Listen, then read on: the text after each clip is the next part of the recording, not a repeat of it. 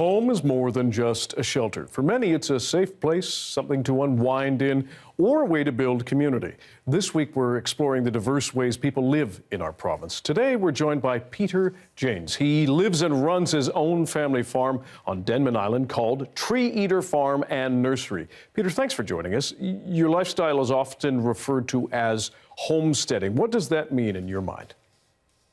Homesteading to me has kind of like an old-fashioned kind of a ring to it, but I guess in a certain sense, I'm building houses out of wood from the land, and I'm growing a garden, keeping animals, planting fruit trees. So, yeah, that.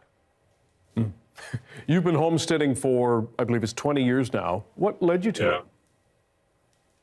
I went through university, and in anthropology, environmental studies, it was all about how screwed up the world was and how terrible everything was. So it kind of just led me to want to take a different path and try to do something more responsible. So then the whole land project and education project started, and that was 20 years ago now. Mm-hmm. How do you define sustainable living, and how does that show up in your in daily life for you?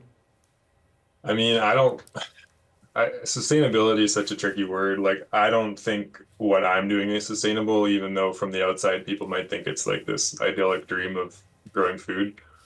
To me, it's more, sustainability is more tied in with like trying to develop a relationship with a place, and hopefully over the course of maybe a lifetime or two, developing a way of life that isn't harmful to that place, but actually in a kind of harmonious relationship with it. What are some of the practical challenges you face every day from homesteading? There's a lot of physical work, like I spend a lot of time fixing machines and moving water around and fertilizing and weeding and stooped over producing plants for the nursery. So yeah, it's very manual, I guess you could say. Mm-hmm. And the other challenge is a lot of people don't even get here because land is so expensive, right?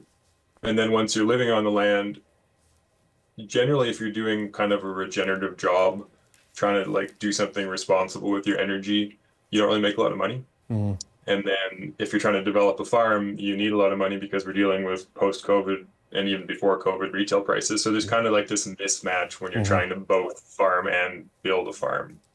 For people who are interested in what you do, when they come to speak with you, what's your advice to them?